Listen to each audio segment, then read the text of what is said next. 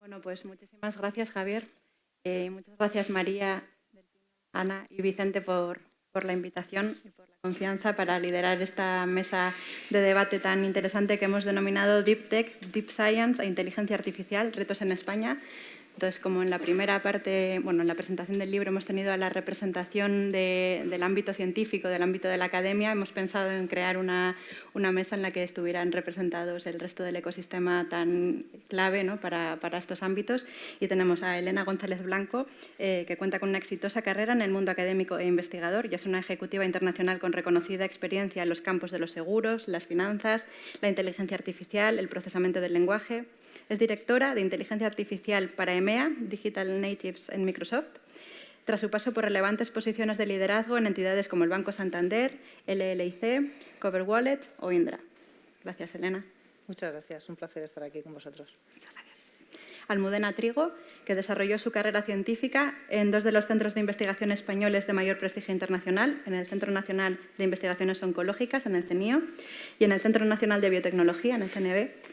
Investigadora pionera en el uso de la biología sintética, que cofundó en 2008 Viable Capital, entidad líder en inversión en proyectos de Deep Science, en la que ocupa ahora el cargo de directora general y bueno, a la que va a representar como en la parte de capital riesgo. Muchas gracias. Muchísimas gracias. Gracias, Almudena. Y finalmente a Ezequiel Sánchez, que es presidente ejecutivo de PLD Space, una compañía española del sector espacial pionera y referente en Europa en el desarrollo de cohetes reutilizables como el cohete suborbital Miura 1 o el futuro cohete orbital Miura 5, cuya plataforma de pruebas estará instalada en Teruel. Antes de lanzarse al liderazgo de proyectos emprendedores de Deep Tech, ocupó diversos puestos directivos relevantes, entre ellos director general en la unidad de negocio de calzado de Inditex, director de planificación estratégica de Telecinco Televisión o consultor de negocio para Arthur de Lidl. Muchas gracias. Gracias.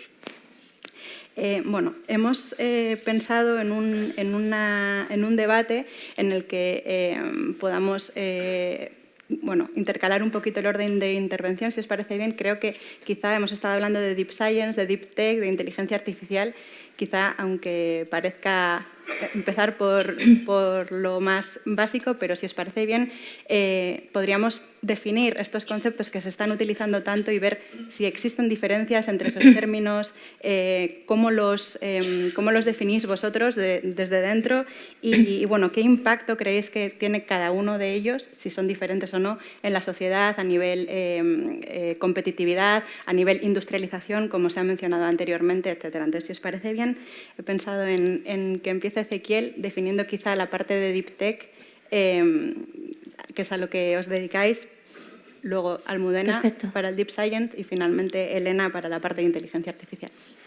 Bien, muchísimas gracias por la invitación. Es un placer estar en este contexto y hablando de tecnología y de modelos de negocio. En nuestro caso, yo creo que PLD Space es una compañía que se funda hace 12 años por dos jóvenes que no sabían lo que era el Deep Tech y que sí que veían una oportunidad de un negocio que se estaba operando desde el sector público y veían que iba a pasar al sector privado a poder operarse como los lanzadores espaciales. No se había lanzado todavía Falcon 1 con éxito, ¿no? Y era una oportunidad de poder montar una compañía que estuviese operando dentro del transporte espacial. Nosotros nos dedicamos a prestar un servicio que es el transporte espacial y solemos decirle a los ingenieros que para poder hacer eso tenemos que desarrollar la tecnología, ¿no? Pero que no perdamos de vista que el objetivo es poder prestar ese servicio de transporte.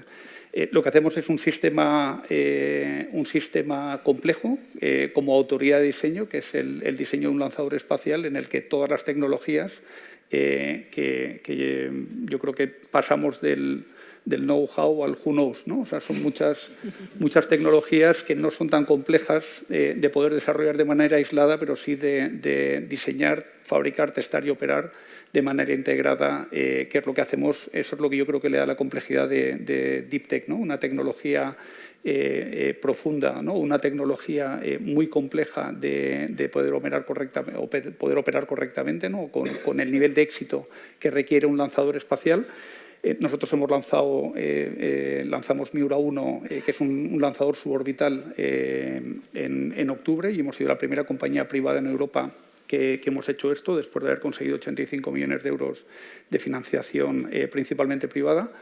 Y bueno, y estamos muy contentos, ¿no? Como decía Javier y comentaba también Antonio Garamendi, que el objetivo es poder crear industria, es decir, que detrás de esa tecnología y que va abriendo brecha, ¿no? que va permitiendo que se pueda desarrollar una cadena de aprovisionamiento con proveedores que estaban trabajando en la industria del calzado o del juguete y que ahora están haciendo piezas espaciales y que le estamos abriendo una industria y que eso es tan satisfactorio, ¿no? Eso y repatriar talentos diría que son los dos aspectos que más nos llenan, ¿no? y que vemos que vamos avanzando en esa dirección de mercado para hacer una empresa que pueda ser competitiva, ¿no? En este sector.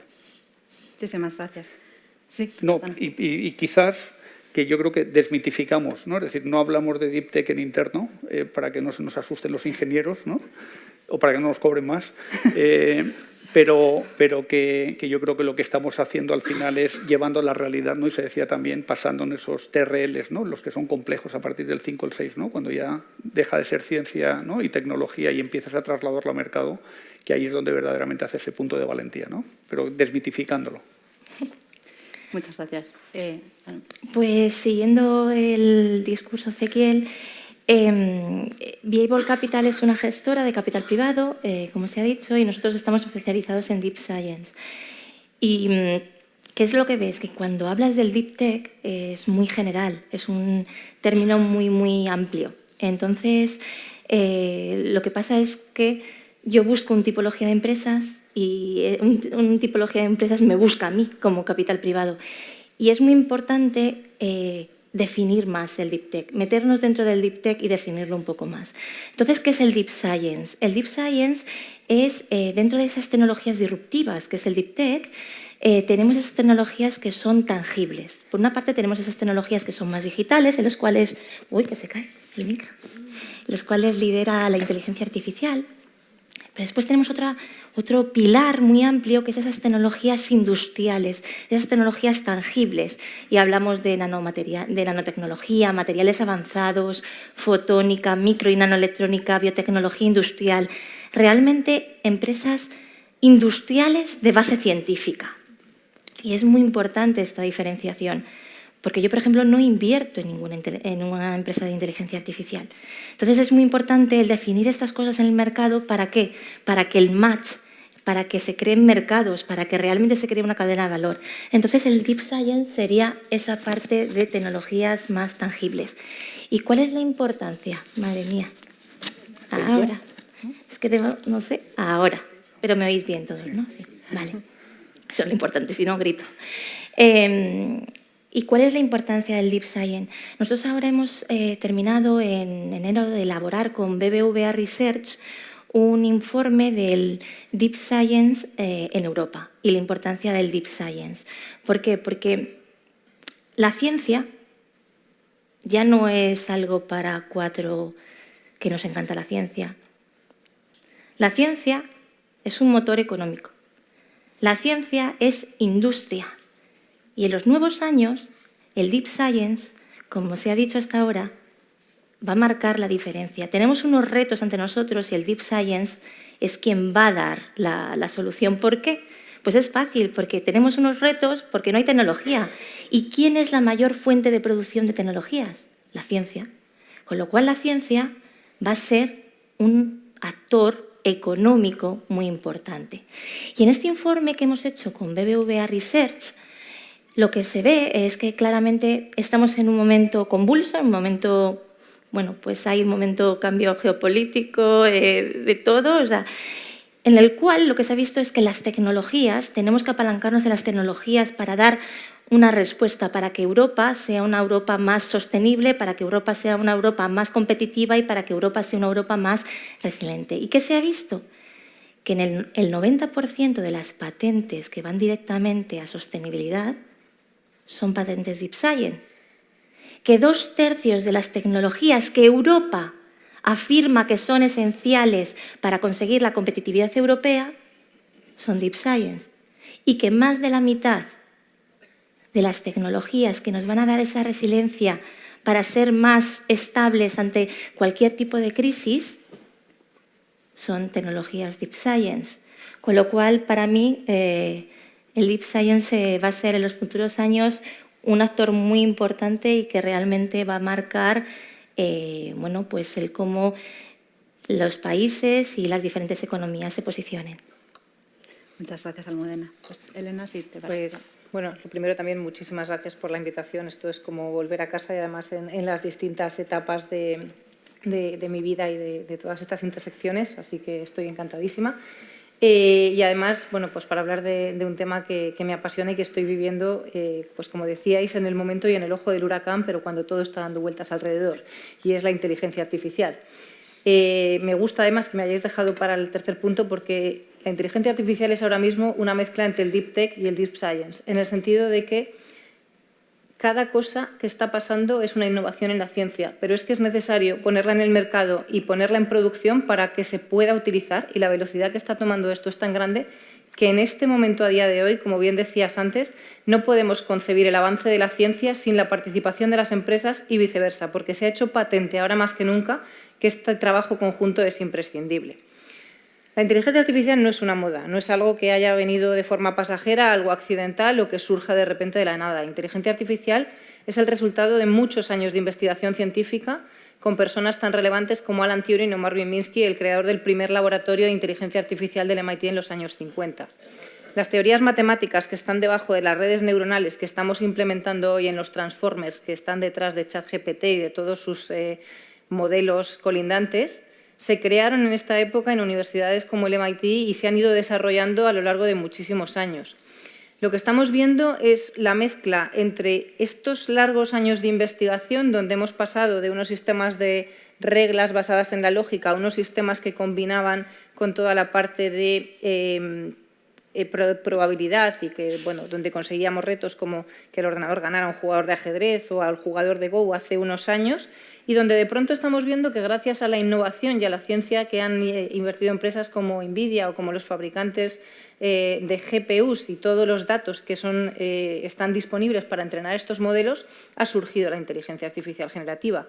Pero, como digo, esto no es algo que haya surgido de la nada. Es, por un lado, esa evolución de muchos años de investigación de muchas personas que han trabajado pues, tanto en procesamiento del lenguaje natural como en visión artificial, como en robótica, como en infraestructura de hardware para hacer que todo esto sea posible y, por supuesto, empresas que han trabajado en la creación de nube y de capacidad computacional para poder poner a disponibilidad pues, el que modelos de lenguaje que están entrenados con trillones de datos sea algo que corra en un dispositivo como un teléfono móvil. Es decir, esta combinación de ciencia, tecnología e innovación es lo que hace que a día de hoy cada vez sea más fácil de usar y esté a disposición de cualquier usuario, pero que además pues, sea necesario estar a la última y estar en este constante reto de investigación.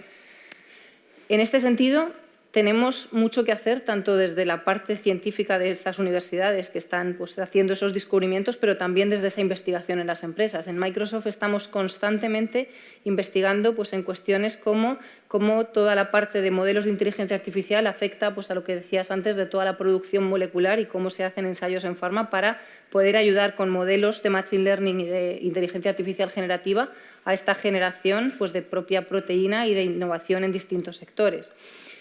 Pero a la vez, por otro lado, estamos pendientes de un tema del cual también hablabais, que es cómo implementamos esto en la sociedad. A día de hoy, el mayor reto no está tanto en esa producción científica, sino en que verdaderamente esto está avanzando a una velocidad en que ya vamos todos por detrás y especialmente, bueno, pues España y Europa están también a la cola de estas innovaciones.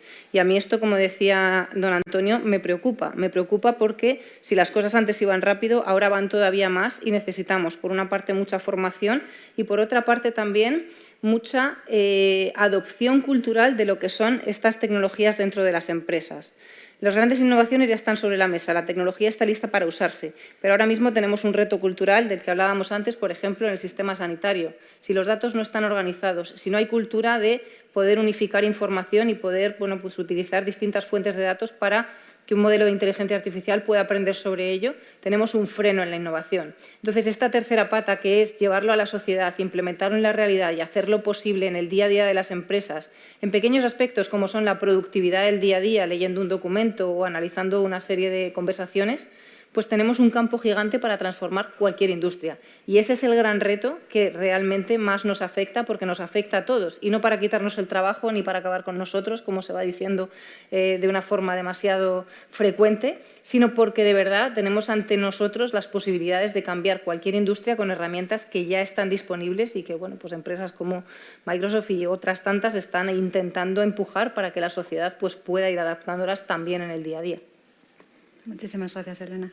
Pues quizá de todo lo que habéis comentado podemos extraer en común que la frontera, ¿no?, del conocimiento, de lo que se sabe y lo que no se sabe, tanto científica como tecnológica, es común a todos los términos, ¿no?, que hemos estado utilizando, y quizá también la convergencia de muchas tecnologías. No es una tecnología la única que manejáis, ¿no? Entonces, en este sentido, ¿cómo se están adaptando vuestras propias empresas, vuestros modelos de negocio a toda esta incertidumbre, este who knows, ¿no?, que has comentado?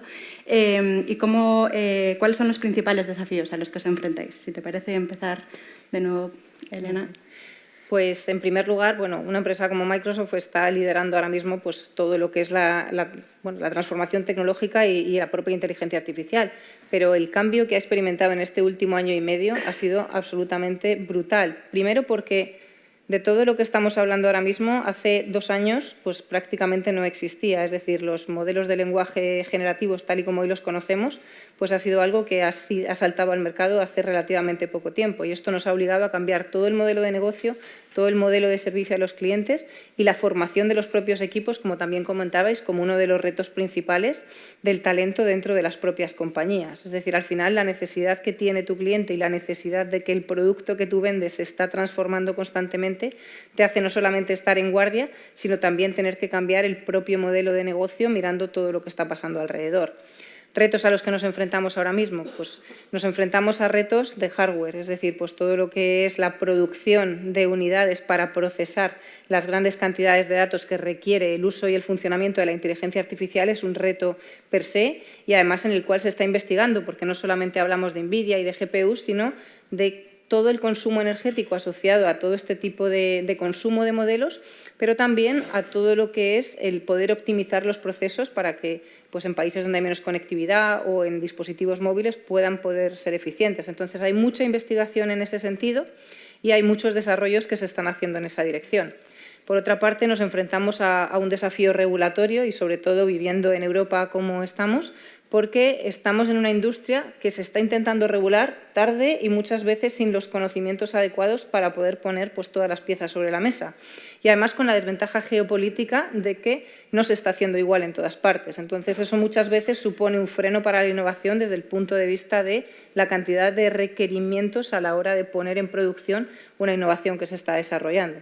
Entonces, bueno, pues estos son fenómenos que hacen que las empresas también tengan que adaptarse desde el punto de vista geopolítico y local y, por supuesto, que tiene un impacto cultural en cómo los clientes y la sociedad también consumen y ven el producto que nosotros estamos vendiendo, ¿no? Y esto pues, también lo comentabais en el informe, y es que esa recepción y ese miedo a la innovación es algo que está muy vigente en esta industria y hay una recepción muy distinta pues, en países como pueden ser Israel, el norte de Europa o países cuyos gobiernos han tenido una estrategia durante ya muchos años desde un punto de vista pues, geopolíticamente hacia la innovación y la inteligencia artificial y lo que nos encontramos en otros lugares. Y, bueno, todos estos son retos que nos afectan mucho en el día a día. Muchas gracias, Elena. Desde la visión del mundo más de emprendimiento, ¿a qué retos os enfrentáis en PLD y qué desafíos tenéis en los próximos años, tecnológicos o no tecnológicos? Yo creo que todos los que comentaba Elena, ¿no? Y además, porque yo creo que son muy transversales y lo mismo, estamos en un campo que sí que, digamos, estamos actuando como pioneros y el tema, por ejemplo, de la regulación, ¿no? Cuando estás actuando, pues al final hay el tratar de evitar una sobreregulación en un sector, ¿no? que está en fase de definición puede muchas veces condicionar, ¿no? la capacidad de poder competir. Nosotros, desde el punto de vista emprendedor, quizás diría que desde el origen la voluntad fue de poder crear una empresa industrial y no existe capital inversor industrial en España, ni en fases tempranas ni medianas, en compañías que están pre-revenue, pre-service, ¿no? que es el caso nuestro. Entonces, a pesar de eso, hemos conseguido 85 millones de euros de financiación lo cual es, yo creo que la verdadera noticia, más que el cohete haya volado.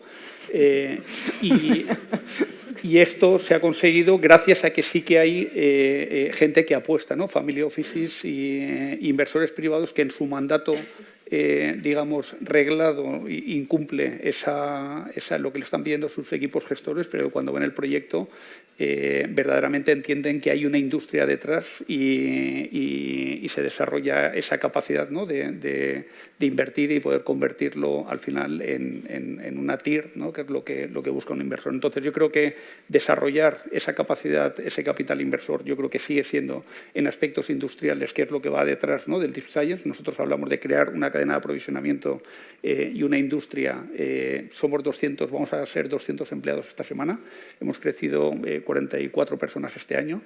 Y detrás de eso hay muchas empresas, ¿no? que se van a formar también como consecuencia de las oportunidades de desarrollo de nuevas aplicaciones, ¿no? Y que surgirá el tener un gran actor dentro de un sistema. Yo creo que va a permitir que el principal reto es, evidentemente, mantener ese talento, ese core, pero al mismo tiempo permitir que pueda existir esa rotación del talento con spin-offs, que seguro que sacarán empresas súper interesantes, ¿no? para que Almudena pueda invertir y que al mismo tiempo retroalimente el sector, ¿no? Que yo creo que es lo que hace verdaderamente que podamos ser competitivos, ¿no? Y Almudena, desde vuestra perspectiva, ¿cómo enfrenta todos los retos de esa incertidumbre un capital riesgo?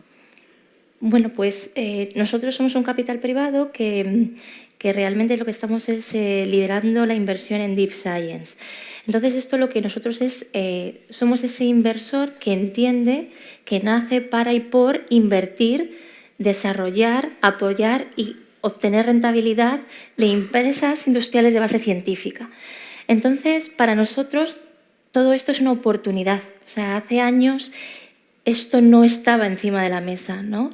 Ahora, ¿qué está pasando? Que dentro del capital privado, tenemos el capital privado tradicional, private equity, el capital privado más dirigido a emprendedores, startups, venture capital, y después tenemos una nueva tipología, una nueva clase de inversión, que es el Science Equity. Entonces, este Science Equity lo que hace es fomentar esta inversión. Nosotros, por ejemplo, tenemos empresas, Captoplastic, que eliminan los microplásticos del agua, ¿no? Antes he hablado del sector textil. Bueno, pues nosotros cuando lavamos nuestra ropa en la lavadora, bueno, pues generamos un montón de microplásticos porque toda nuestra ropa pues tiene pues fibras que están hechas de plástico. Entonces, por ejemplo, esta empresa lo que hace es poder eliminar de torrentes de caudal de agua ese microplástico, que ahora ya, siento deciros, pero llueve microplásticos, las botellas de agua mineral, todo tiene microplásticos, está nuestro ciclo del agua. Entonces, ¿cómo eliminarlo?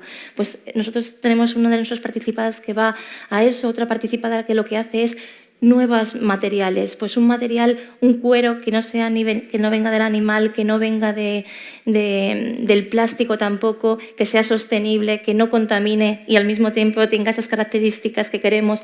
Un filtro solar que de alguna manera nos proteja, porque el filtro solar sabemos que es obligatorio ahora debido a cómo está el sol, pero al mismo tiempo que no destrocemos el medio ambiente, que no nos metamos en el mar y nos carguemos.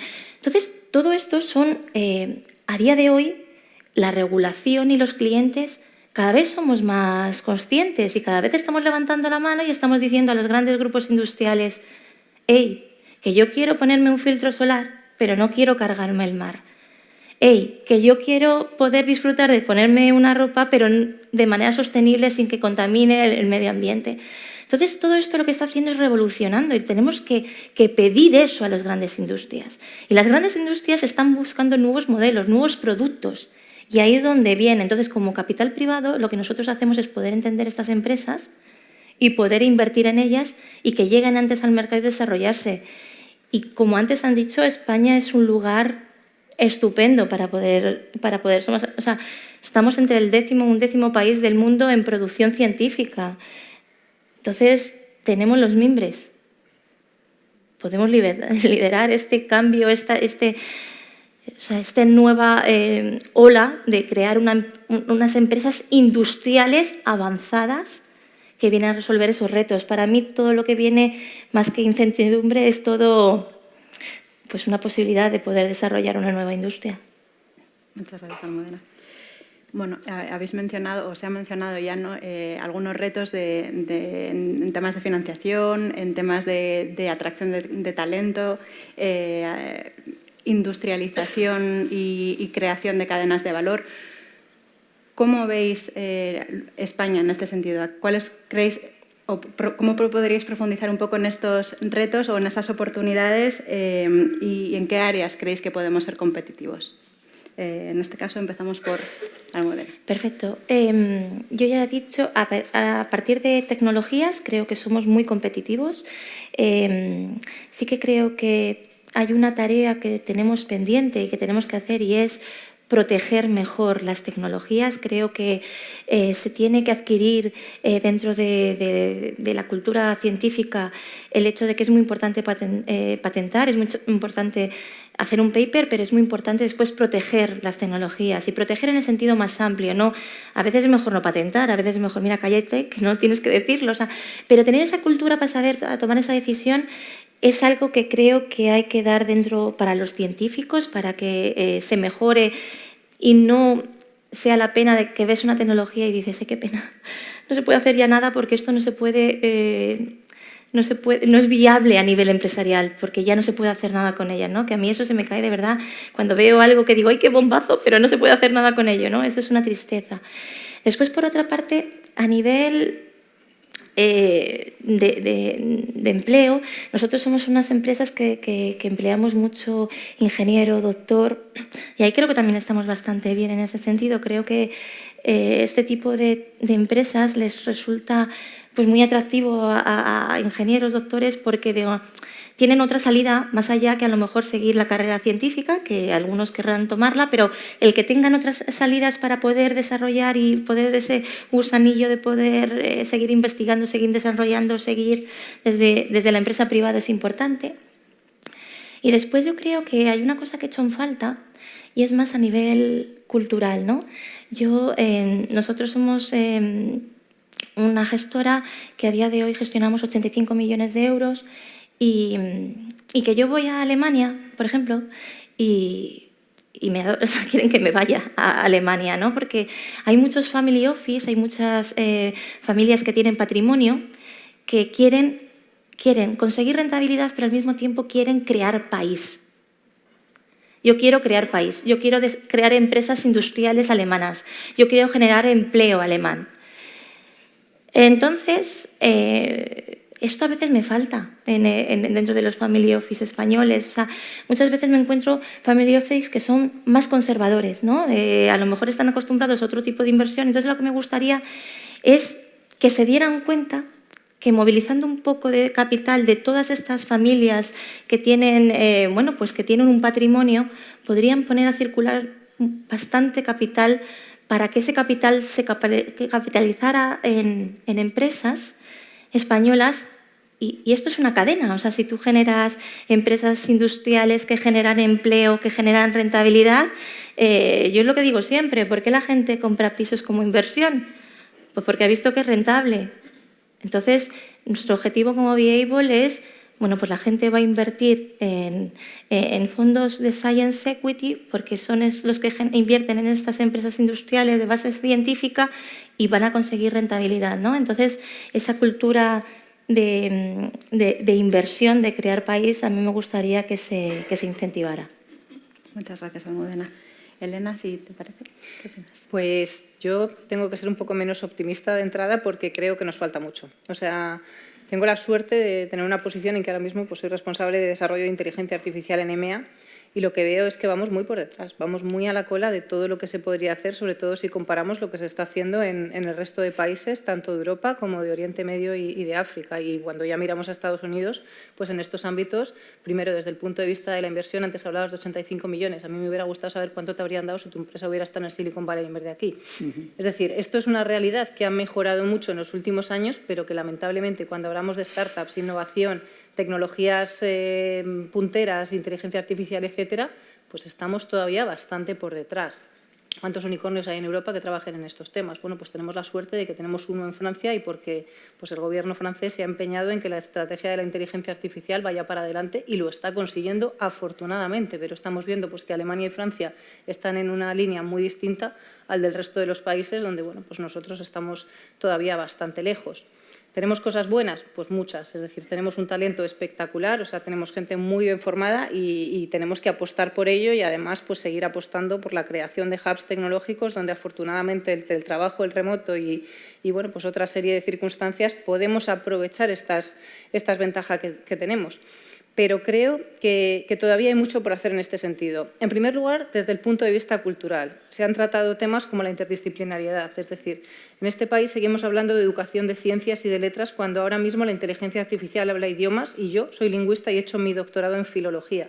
Y ahora ya pues no me da vergüenza decirlo porque el tiempo me ha dado la razón, pero llevo unos añitos callada sin decir de dónde venía. Entonces, bueno, pues creo que estas cosas hay que ponerlas sobre la mesa porque hace falta cambiar muchas cosas, como decía don Antonio, que es ¿por qué las chicas no entran en carreras científicas o por qué seguimos pensando pues, como hace 50 años a la hora de ponernos a estudiar? Es decir, es que tenemos que cambiar pues, desde los orígenes de todo este tipo de cuestiones.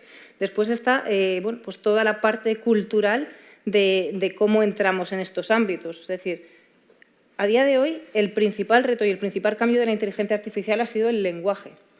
Tendríamos que estar apostando de una forma muy seria por desarrollar una tecnología puntera en un idioma que hablan más de 600 millones de personas, no solamente en España, sino también en Latinoamérica y en Estados Unidos. Es decir, tenemos una oportunidad de oro en que en nuestro dato, que es nuestro idioma, nuestras variantes y un reflejo de nuestra cultura, está todavía en vías de desarrollo porque los modelos de inteligencia artificial se elaboran en inglés y después se traducen. Y esto no solamente es una oportunidad científica, que lo es, y es decir, volcar todos estos conocimientos de años de investigación de instituciones como el CSIC en dialectología y en lingüística y en filología, en los modelos de lenguaje de inteligencia artificial. Esto requiere una colaboración científica con colaboración empresarial. Y esto, además, redunda en un beneficio económico, porque tenemos muchas empresas que han crecido hacia Latinoamérica y que tienen un mercado que es el mercado de nuestro idioma. Entonces, bueno, para mí esto es un llamamiento a una oportunidad de oro para desarrollar bueno, pues cosas que todavía ni nos van a venir dadas desde fuera, sino que también, bueno, como decía Marvin Minsky, los robots se heredarán la Tierra, pero es que nosotros tenemos que ser sus padres y tenemos que entender qué es lo que está pasando y ver que hay una serie de oportunidades que podemos liderar. El lenguaje es un activo, pero es que el lenguaje aplicado al sector legal, aplicado al sector sanitario, aplicado a cualquier tipo de sector donde al final esa adaptación al sector hace que la inteligencia artificial funcione mejor, es una asignatura pendiente y esa está en nuestras manos, esa no la vamos a desarrollar desde fuera.